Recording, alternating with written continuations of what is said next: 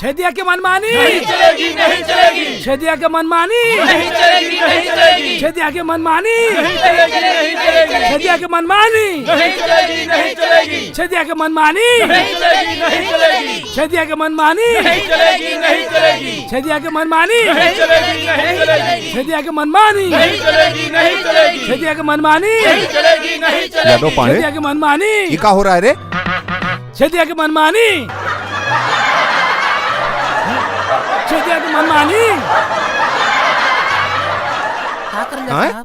पकड़ सारे के डंडा मार सबके, अरे भागा मार सबके। हाँ पकड़ के ले आओ इनके, पकड़ लेके आओ इनके। अरे नेताजी बड़ा नेता बने के चाहता रहो, तारा के मालूम कि नेता बने से पहले बेटा बने के चाहिए। बेटा ना साहब, हाँ? नेता बने के पहले कमीना बने के पड़ेगा। कमीना बात कमीना तू बाद में बनी, हाँ पहले कुकुर बन के बताओ रे कैसे बोले कुकुर। बस कर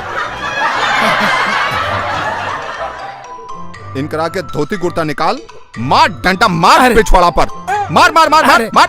अरे नहीं साहब जी, अरे हम गांव वाला के कहे में आ गए नहीं, नेता है कुछ ले दे के पटा ले दे के हम देवेली ना सिर्फ लेबेला, बुझला? हम एगो नेता है, जुबान देला और कुछ ना देला साहब। तब फिर सुना, हम छेदी हई, बिना लेबे तो के जाए भी ना दे, बुझला?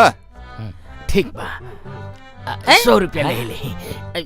अरे छेदी सिंह के 100 रुपया में खरीद बा। ठीक बस 1100 रुपया ले ले। 1100 1100 में का होई? बढ़ावा तो ठीक बा 2000 रुपया दे। ना हम 2000 में ना मानब। साहब ओहो चल जाए, मान ले। अच्छा तो ठीक बा 2000 दे दे हमरा के।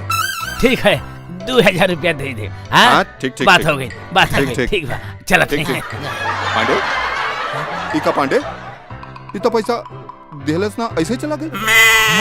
अरे साहब ये नेता है, हाँ देता नहीं है। अरे बाप रे, बस कहता है।